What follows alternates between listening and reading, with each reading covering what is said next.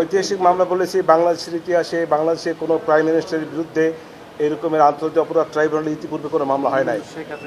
অতএব শেখ হাসিনার সাবেক প্রাইম মিনিস্টার শেখ হাসিনার পক্ষে এরকম কোনো মামলা বাংলাদেশে, মানে শেখ হাসিনা বলতে চাচ্ছি যে আরও অন্য কোনো প্রধানমন্ত্রীর বিরুদ্ধে এরকম কোনো মামলা হয় নাই।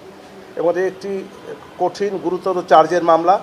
এই কঠিন গুরুতর চার্জের মামলা এই কারণে আমি সময় চেয়েছি, আমি পরিপূর্ণ প্রস্তুতি নিতে না পারার কারণে।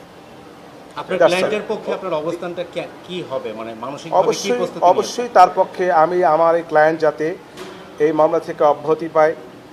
যদি অব্যাহতি এই আজকের আগামী লার্নেড কোর্ট যদি নাও দেন, আমার চেষ্টা থাকবে, আপ্রাণ চেষ্টা থাকবে তার পক্ষে তাকে এই মামলা থেকে খালাস করার জন্য সর্বোচ্চ চেষ্টা আমার তো থাকবে।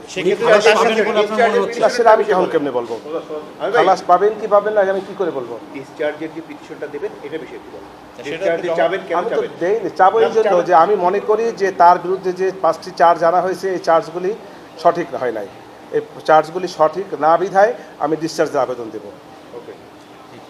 স্টেট ডিফেন্সে এই ধরনের বড় মামলা স্টেট ডিফেন্স করে কাউকে ডিফেন্ড করা বা কাউকে রিলিজ করার কোনো নজির আছে আপনার? নাই, নজির যদি নাই, কিন্তু হইতেও তো পারে।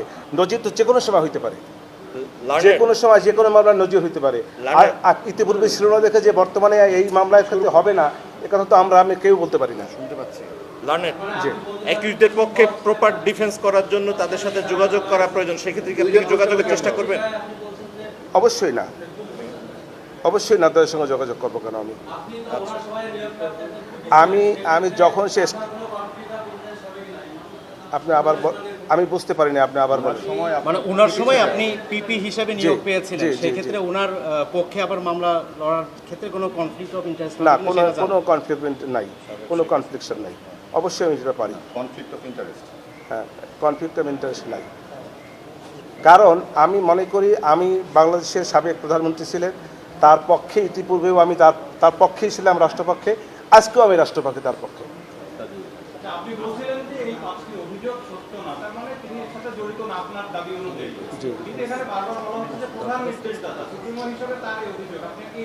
আমি তো এই কথার জবাব প্রথমেই দিয়েছি, এই কথার জবাব প্রথমেই দিয়েছি। ইনে নাটসেল আমি বলেছি যে এই 5টি অভিযোগ তার বিরুদ্ধে লাই করবে না, কিন্তু আমি একটা কথা বলেছি যে এর বিস্তারিত ব্যাখ্যা আজকে আমি দিতে পারবো না, আমি সাফিসিয়েন্ট পড়াশোনা করতে পারি নাই, কিন্তু আমি বলছি তো আমি অসুস্থ ছিলাম।